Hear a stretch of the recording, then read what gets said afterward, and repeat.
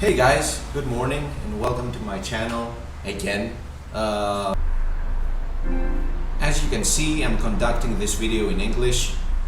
Apparently, there's a 34% of people that are watching, maybe even right now, that are not even from Greece. So far, all this must have sounded Greek to you. Yeah, I know, that was bad. Okay, I'm sorry. So I have no problem doing some videos in English every now and then. It's a universal language. Most people can understand it. There's more chances that some other subscribers from some other parts of the world might join me in my nerdy, I don't even know how to say it, my nerdy obsession videos, because there might be more chances for some people outside of my country wanting to join in, watch my videos. That's it. There's not really much that I should be explaining right now to what I'm doing in these videos. You can see me right here with my Zelda mug. I usually talk more about video games and cult movies, B movies and stuff like that. And I'm thinking about doing other things, some narration videos, mostly horror stories, mind you. Yeah, I've been thinking about stuff like that, but enough of that.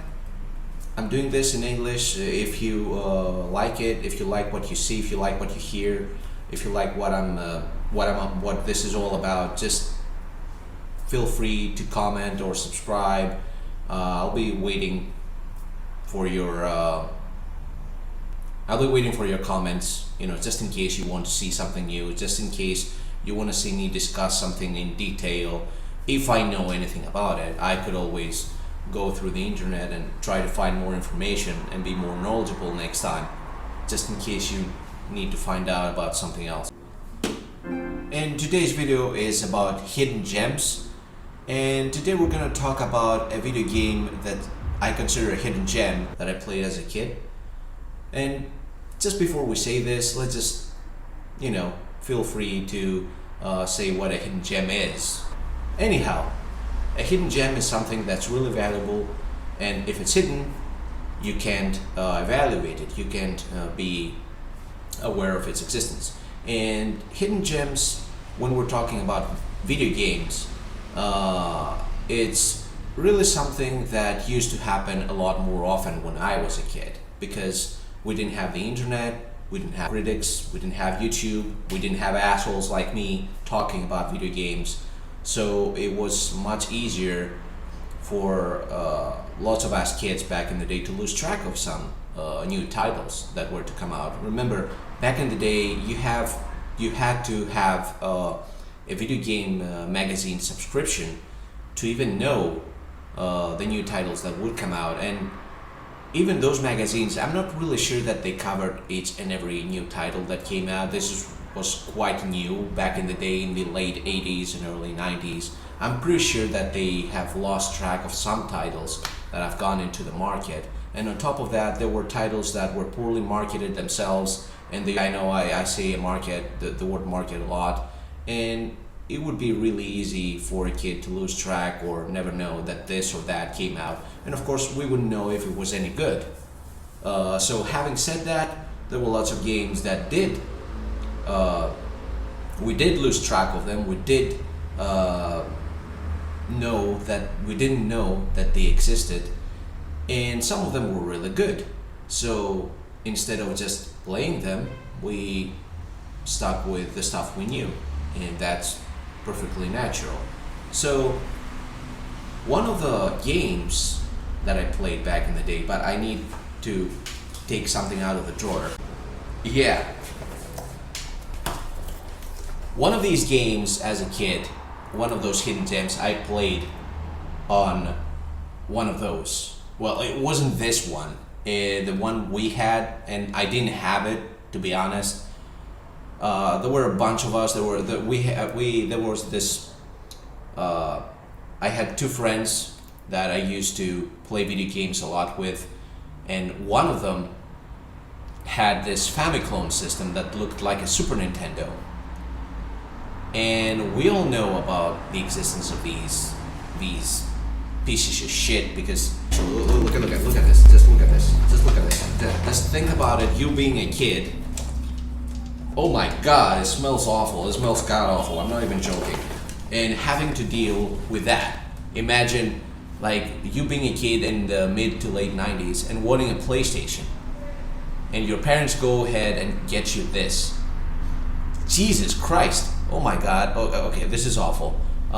This obviously is modeled after the PS1, and it has nothing to do with the PlayStation. It has a cartridge slot for all those of you guys that don't really know. If you have been living under a rock and you don't know about that. But anyway, one of these pieces of shit is what we had, me and my two other buddies, and we used to play games in that a lot. What games would we play, would you ask? Well, take a look at this. Take a look. I just wanna see if 9 billion whatever, and it says like Super Mario, Duck Hunt, Tennis, and stuff like that. The only games we would play in this would be like Super Mario Brothers and Duck Hunt, something like that. Yeah. Jesus. And there's nothing wrong with Super Mario. Playing Super Mario Brothers. Super Mario Brothers is a classic. Okay? I'm not bashing on Super Mario. I'm bashing on this piece of shit because, first of all, it was false advertising. Like, look at that. Look at the pictures you got back there. Like PS1 stuff and Sega Saturn. There's nothing of that in there. This thing can barely emulate the NES, and I'm not even joking. Just take a look at this.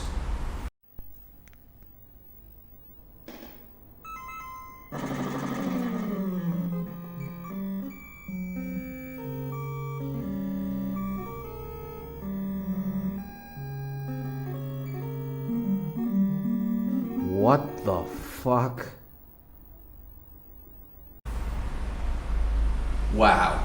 A system that can't even handle Super Mario Brothers. What could go wrong, right? Yeah, we hated this thing, but for many of us back in the day, it was either this or nothing. So we tried to make the best out of it.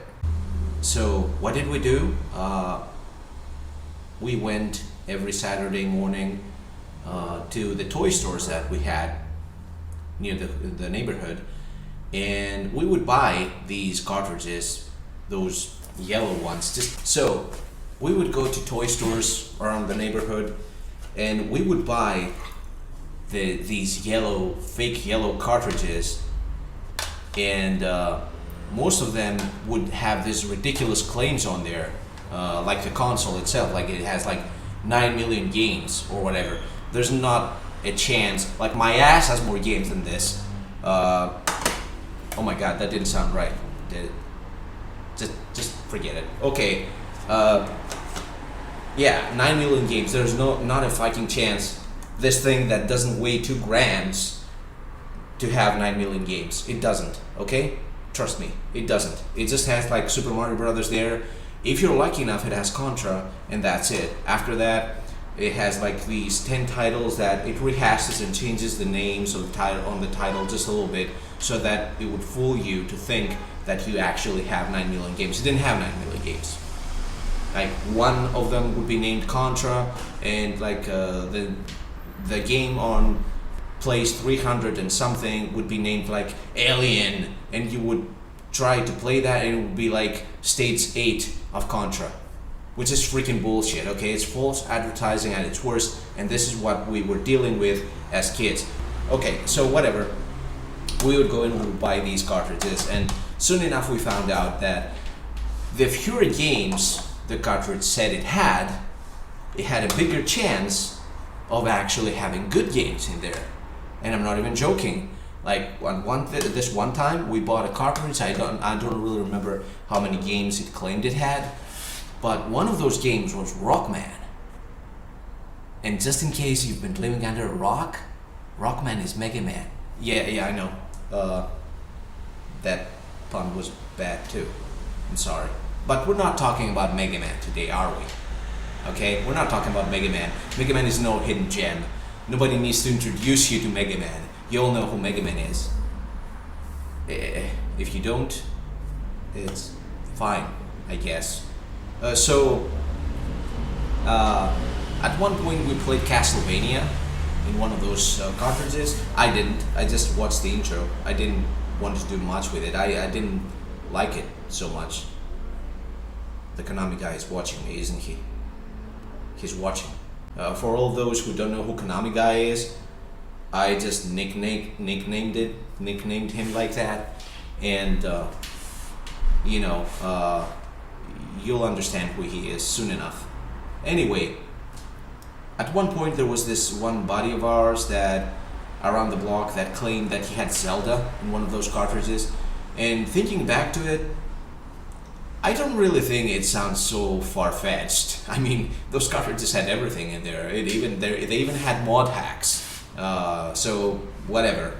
And at one point, we happened on a cartridge that one of the games that was in there, and we played it like we played this to death. Like we reached the final boss fight so many times.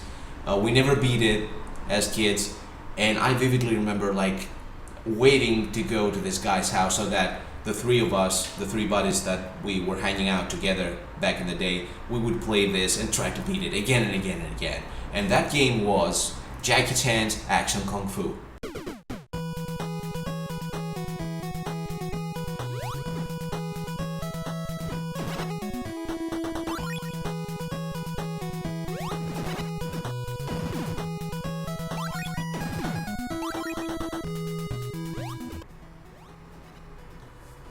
Okay, I barely hear people talk about this game. Isn't the world aware that this game existed? Like, for me, this is a masterpiece. It's a Nintendo Entertainment System pusher. In terms of graphics, it's a system pusher. It's great. It's great. It's by Hudson Soft, the same guys that brought you Adventure Island. So how could it be bad? There is not a chance in the planet this could be bad. Okay, I know I'm overreacting right now, but no, this game is great. Okay, first of all, the graphics are amazing. I know it's the first thing that someone would look on a video game. For me, graphics are not so important if the game is good, but you know, it's like when watching a person. If a girl goes down the street, the first thing you're gonna see, is she cute, right? Does it look good? But you know, if she's a bad person, then you just steer away from it. It's the same with a video game. It's the same principle. If it looks good, you'll try to play it. If it doesn't look good, you'll try to play it if you're me. Wait a minute. Let's just scrap this. I implied something really bad about myself. Or really good? I don't know.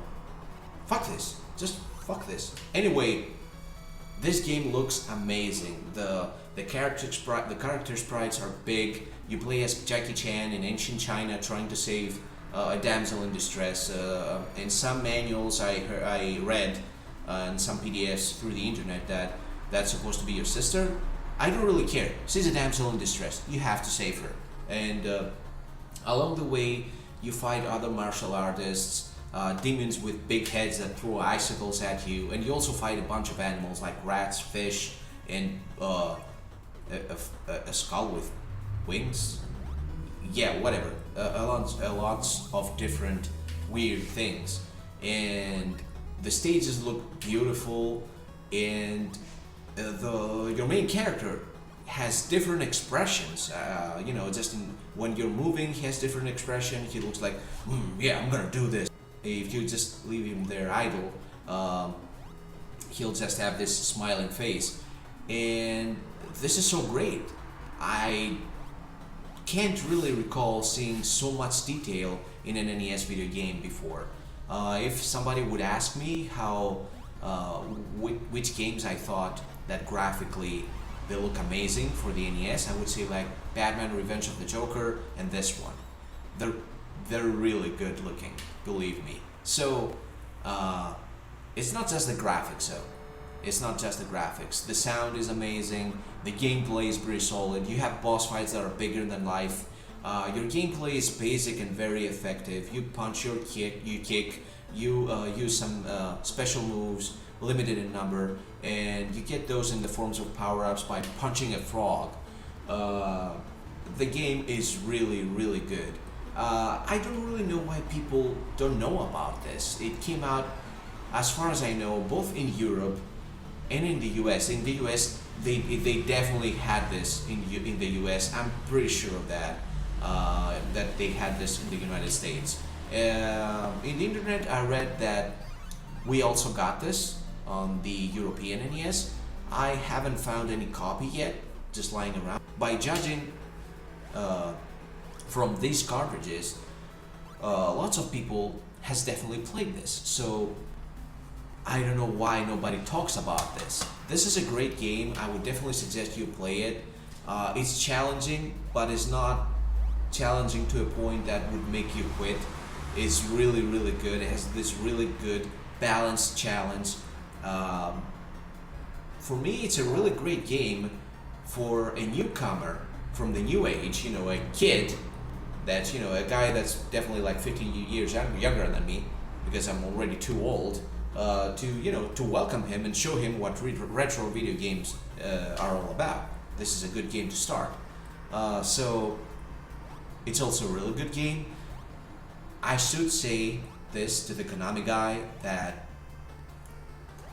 this game has an excellent port on the PC Engine, so that I could make amends. Yeah, make him feel better that I said that, you know, this whole Castlevania thing. We're all your friends. Everyone here is your friend. Anyway, feel free to download this. Use whatever emulator you may like. This is a game that's like 30 years old. Nobody's gonna bother. Nobody's gonna call you a pirate or whatever. I'm trying to find this like a legit copy of that. I just can't.